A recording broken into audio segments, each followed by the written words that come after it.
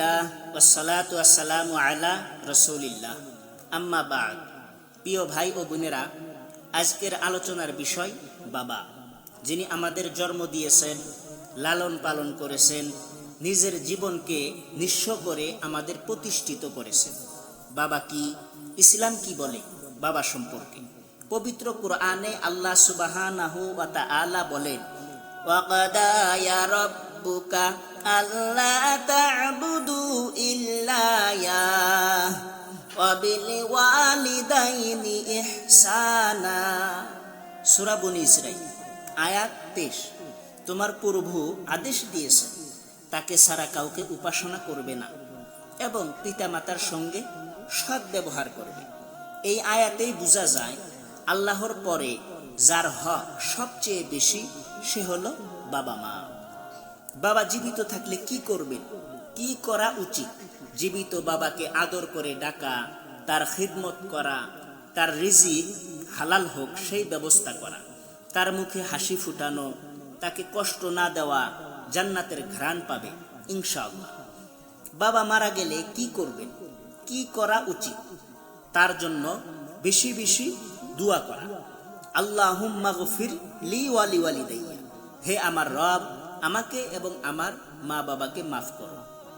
তার কবর জিয়ারত করা, সদগায়ে জারিয়া করা তার নামে, বাবা যাদেরকে ভালোবাসতেন তাদের সাথে ভালো আচরণ করা, এটাই বাবার প্রতি ভালোবাসার প্রমাণ।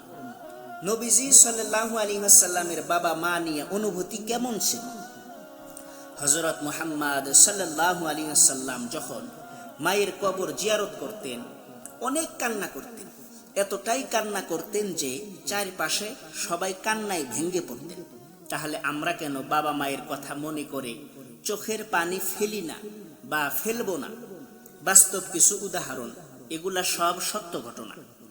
একজন বৃদ্ধ মা তার ছেলের জন্য অপেক্ষা করছে। ছেলে বড় হয়ে বাবা মাকে ভুলে গেছে। এক বৃদ্ধ বাবা কাপা হাতে বলতেছে, বাবা একটু সময় পাস না? এক বৃদ্ধ পিতা ভাত খেতে বসে বললেন, ছেলেটা একবার ফোনও করলো না। বাবা হারানো একজন বলল, আমার বাবা যদি আজ থাকতো। এই কথাগুলো ভাবলেই গা শিউরে উঠে। এগুলা সব সত্য ঘটনা। আচ্ছা, শেষে একটা কথা বলি, বলেন তো বাবা মানে কি? বাবা শুধু মানুষ না, বাবা একটা বট গাছ। বাবা মানে নীরবে কাঁদা আর মুখে হাসি। বাবার ভালোবাসা না বুঝে কেউ জান্নাতে যেতে চায়, এটা সম্ভব নয়। বাবা সম্পর্কে শেষে দুইটা কথা বলি আপনাদের, মানবেন তো? তবে শোনেন। আজ বাবাকে ফোন করেন, তার কপালে একটা চুম্বু দেন, তাকে বলেন, আব্বু আমি আপনাকে অনেক ভালোবাসি।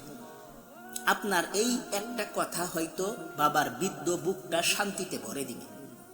এবং বাবা মায়ের জন্য বেশি বেশি দোয়া করেন, আল্লাহুম্মা গফিরলি ওয়া লিওয়ালিদাইয়া ওয়ারযুকনি বিররাহুমা হাইয়ান ওয়া মাইয়াতা। এইভাবে বাবা মায়ের জন্য বেশি বেশি দোয়া করেন। ওয়া আখিরি দাওয়ানা আনিল হামদুলিল্লাহি রাব্বিল আলামিন।